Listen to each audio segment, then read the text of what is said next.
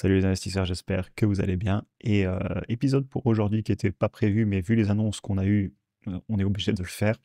La guerre commerciale est-elle de retour? Les États-Unis qui annoncent 30% de tarifs douaniers, donc de taxes douanières sur l'Europe à partir du 1er août. Je crois qu'on a l'habitude de ce genre de nouvelles depuis avril et la baisse qu'on avait eue. D'ailleurs, pour mon avis sur les droits de douane de façon générale, etc., on en avait parlé à l'époque, n'hésitez pas à retourner voir les vidéos. Et vu qu'on ne sait pas du tout ce qui va se passer en termes de négociation, est-ce que ça aura lieu, est-ce qu'ils vont décaler dans le futur, aujourd'hui je vous propose plutôt de parler des impacts qu'on pourrait avoir sur le court terme, sur des actions. Est-ce qu'elles pourraient corriger? Quels sont les titres qui m'intéresseraient? Et est-ce que ça ne va pas nous ouvrir des opportunités au final, cette peur qui a l'air de se répandre sur les marchés? Dans cette vidéo, on va donc parler de ASML, de LVMH et de Novo Nordisk.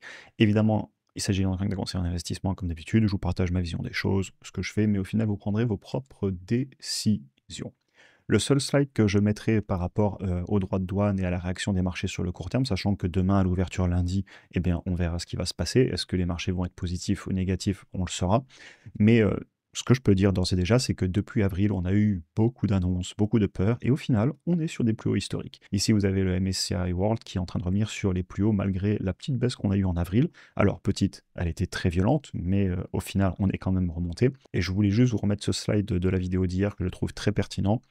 La seule chose que je dirais est que, évidemment, ces annonces, ça peut créer de la volatilité et de la peur, mais ça peut aussi créer des opportunités. Attention aux certitudes en bourse. Les changements de paradigme d'avril 2025 où cette fois c'est différent, il faut tout vendre. Bah, moi j'ai pas vendu et je sais que vous avez été beaucoup à pas vendre sur la chaîne et je suis très content de ne pas avoir vendu, au contraire d'avoir beaucoup acheté en avril. Et je tiens à le dire, ça c'est très facile à dire une fois que l'événement est passé, mais la réalité c'est que ben, en avril je savais pas du tout si ça allait continuer à baisser ou à remonter et donc j'ai appliqué ma stratégie, rester rationnel, acheter des actions au prix qui m'intéresse après mes analyses et pour moi c'est très difficile de prédire où va aller la bourse sur le court terme. Par contre, le graphique que je vous mets en dessous, c'est le nouveau marché haussier qu'on a attaqué là depuis fin 2022, début 2023, qui pour moi est toujours en cours. Ici, c'est un graphique d'une des études que fait souvent JP Morgan Chase. Et vous regardez, on a fait plus 66% ici depuis fin 2022, début 2023 sur le MSCI World. Donc, il y a les peurs court terme et il y a ce que fait le marché. Une fois que ça s'est dit, passons aux actions individuelles. On commence avec ASML. C'est le leader mondial de la fabrication de machines de photolithographie pour l'industrie des semi-conducteurs. Donc, ils fabriquent les machines qui fabriquent les composants électroniques qui rentrent dans nos ordinateurs, nos téléphones, etc. Donc, leurs clients, c'est les entreprises type Taiwan Semiconductor, Samsung, Intel, etc. Maintenant, ASML et les taxes douanières. Je suis allé regarder dans les documents financiers, j'ai fait ça aussi pour les autres entreprises d'après, vous allez voir. Globalement, les États-Unis, c'est moins de 12% de leur chiffre d'affaires. Donc oui, ça peut les impacter s'il y a 30% de droits de douane, mais si on s'amuse à retirer ces droits de douane du chiffre d'affaires, bon ben, on a un nouveau prix à payer, et au final, la correction pourrait être bien plus violente sur des peurs que ce que ça mérite sur le business, qui serait au final pas tant impacté que ça. C'est pas non plus une énorme partie de leur chiffre d'affaires, et puis ça veut pas dire qu'ils arrêtent de vendre, ça veut juste dire que leurs marges vont baisser ou qu'ils vont devoir un peu monter leur prix. Et ça, on peut l'inclure dans une analyse chiffrée. Donc, sur ASML, les résultats, ils arrivent mercredi. Et on est un peu cher à mon goût, mais on n'est pas si loin d'après mon analyse.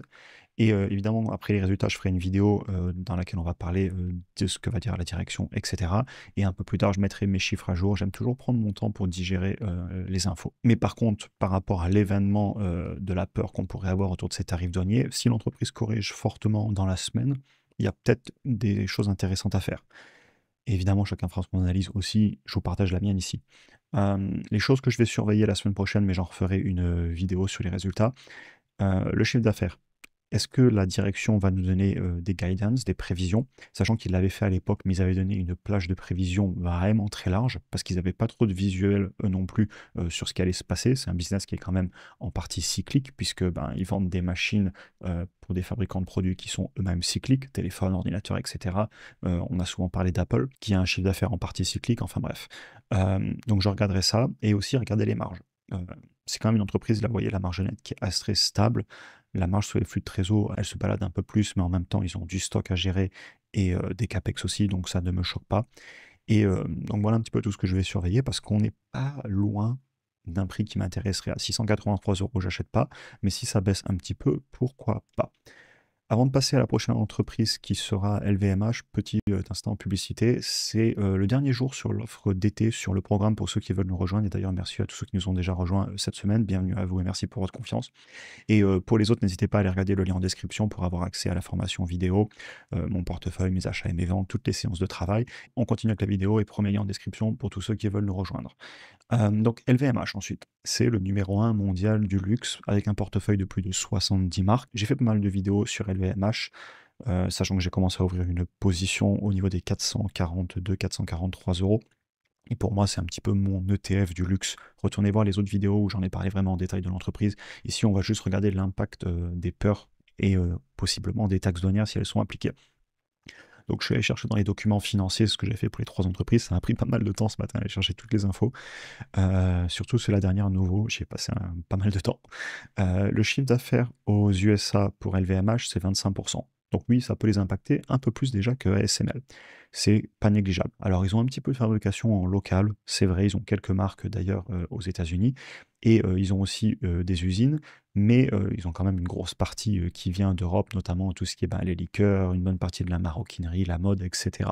Donc ça peut avoir un impact. Le titre, il est un peu cher à mon goût, mais pas loin. Si le titre vient à corriger très fortement à cause de peur, sachant qu'ils ont qu'un quart de leur chiffre d'affaires là-bas, et évidemment des impacts de 30% vont en partie compresser les marges, ou alors ils peuvent essayer d'augmenter leur prix, mais même s'ils ont une bonne capacité à fixer les prix, puisque c'est du haut de gamme, on ne peut pas non plus les monter à l'infini, et 30% ça peut faire très mal, surtout qu'on ne sait pas où vont aller les négociations. Mais ça, moi, je peux l'intégrer dans des chiffres, prendre le pire cas, le pire scénario. Je vous en parle d'ailleurs après parce que je vais faire pareil sur Novo aussi. Et si on venait à dégringoler à l'ouverture sur des peurs, eh ben, je pourrais, pourquoi pas, repasser à l'action, reprendre mon DCA. On verra à l'ouverture. Si je vois des vraies possibilités que les droits de douane soient appliqués, il faudra que je revoie mes chiffres, chose que je n'hésiterai pas à faire. Mais je suis beaucoup moins inquiet que sur la prochaine dont on va parler, qui est Novo Nordisk. Et vous allez comprendre pourquoi.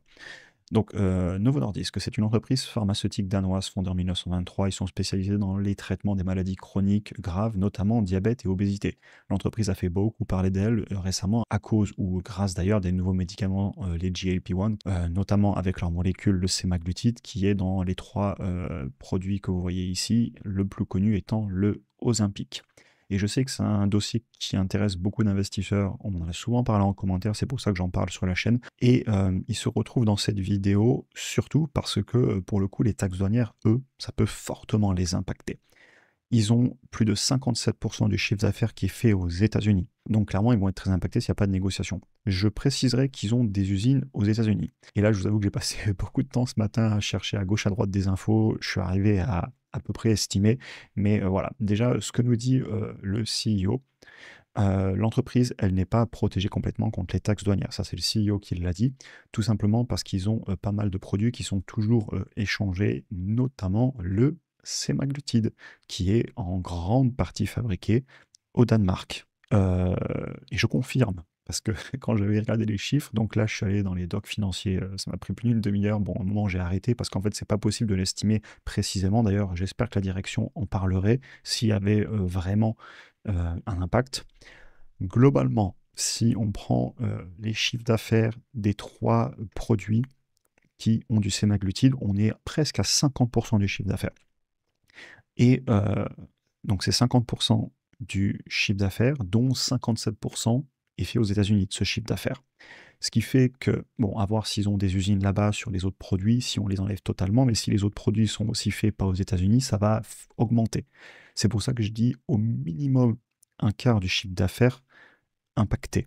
Et je rajoute à ça le fait qu'il y a beaucoup de concurrence dans le secteur, etc. Et autant pour LVMH, monter un peu les prix, ne pas trop compresser les marges, j'entends. Autant c'est peut-être plus dur sur ce médicament pour la perte de poids, sur lequel il y a une concurrence énorme, notamment de Eli Lilly, qui est aux États-Unis. Il ne faut pas oublier que les autres 50% de leur chiffre d'affaires ne viennent pas du sémaglutide. Et là aussi, on peut avoir des tarifs douaniers comme je vous le disais, mais savoir où sont les usines et cetera, c'est un gros travail à faire dans les documents financiers et si un investisseur, est intéressé par cette entreprise, je pense qu'il faut aller regarder dans les documents financiers où sont faites toutes ces molécules selon les usines et cetera, pour essayer de faire, un nouveau fichier de projection ou peu importe la méthode que vous utilisez pour connaître le vrai impact si les tarifs douaniers sont en effet appliqués. Maintenant, si j'étais intéressé par le titre, je vais vous donner des pistes que j'utiliserais, par exemple, si je voulais finir mon analyse ou la mettre à jour. Je mènerai mes recherches, notamment sur l'impact dans le pire des scénarios. Donc, je dirais, voilà, s'il y a vraiment 30%, voire plus, ce serait sur 50% du chiffre d'affaires, dont 57% fait aux États-Unis, plus leurs autres molécules. Soit j'estime où elles sont faites, soit si je ne sais pas où elles sont faites, eh ben, je prends un pourcentage assez élevé quand même pour vraiment faire le pire des cas. Et je me dis, bon, ça aussi, on aura des tarifs douaniers. Maintenant, est-ce qu'on peut monter les prix? Voilà, chacun répondra à la question. Il y a quand même beaucoup de concurrence sur ces produits et les prix sont déjà élevés. Et sinon, si on ne monte pas les prix, eh ben, on va les taper dans les marges. Et en ayant fait tout ça, j'essaierai d'arriver à un nouveau prix sur lequel je serai prêt à acheter. Et ensuite, eh bien, si on avait vraiment le titre qui dégringolait en bourse, peut-être que ça ferait une opportunité. Mais là, c'est l'analyse propre à chacun d'aller le faire. Et d'ailleurs, c'est le travail que je fais moi-même, comme vous l'avez vu, sur les titres qui m'intéressent, typiquement ben, LVMH ou encore ASML. Donc voilà, on verra, où ouvre la bourse à l'ouverture demain. Peut-être que ça va nous créer des opportunités. Sur le court terme, évidemment que ça fait des bruits sur les marchés. Par contre, personnellement, sur le long terme, je reviendrai pour finir la vidéo sur ce graphique. Je comprends les émotions. Évidemment, personne n'est immunisé, mais c'est pour ça que j'essaie toujours d'en revenir au rationnel et c'est pour ça que j'essaie de faire des vidéos comme ça où je suis, le plus dans aller analyser les documents financiers, passer du temps à chercher d'où viennent les chiffres d'affaires dans notre cas précis, parce qu'on sait que ça va impacter, au niveau des marges ou au niveau du prix de vente si les tarifs douaniers ont lieu et cetera. Bref, ce que j'essaie de vous dire, c'est revenir au rationnel parce que l'émotionnel court terme, il est là, mais au final, ça crée aussi des grosses opportunités. CF, ce qui s'est passé en avril. J'espère que la vidéo vous aura intéressé. En tout cas, je vous souhaite un excellent dimanche. Pour ceux qui veulent nous rejoindre, comme je vous le disais, les liens en description, offre d'été qui finit ce soir. Et je vous souhaite une excellente journée. À très bientôt pour un prochain épisode.